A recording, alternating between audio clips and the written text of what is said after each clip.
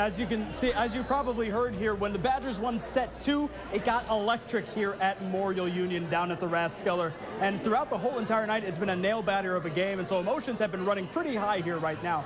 But earlier, I talked to one very big, very special fan, instrumental in getting Big Ten Player of the Year, Sarah Franklin, back to form and back on the court tonight.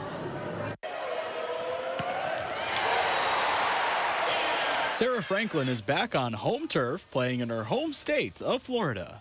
My family's already texted me, hey, we got like 30 people coming. But that came close to being a dream. It's really rewarding, and it is kind of emotional just because I did have that scare. At the end of the summer, her arm and her hand were acting up, and doctors said it sounded like a blood clot had showered to her hand.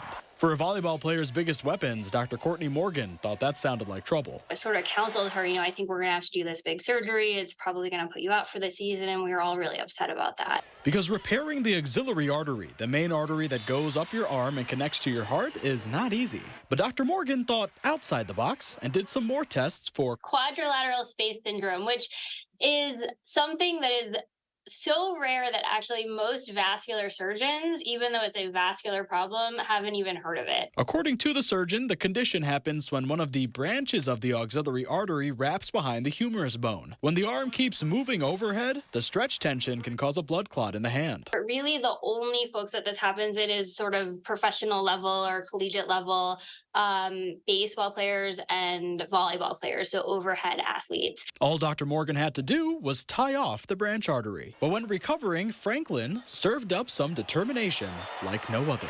It's got to actually be one of the more rewarding interactions I've had with a patient. I just can't wait to see her kick butt down in Tampa. I have been able to take a couple moments to be like, wow, like I've worked back to be in this spot.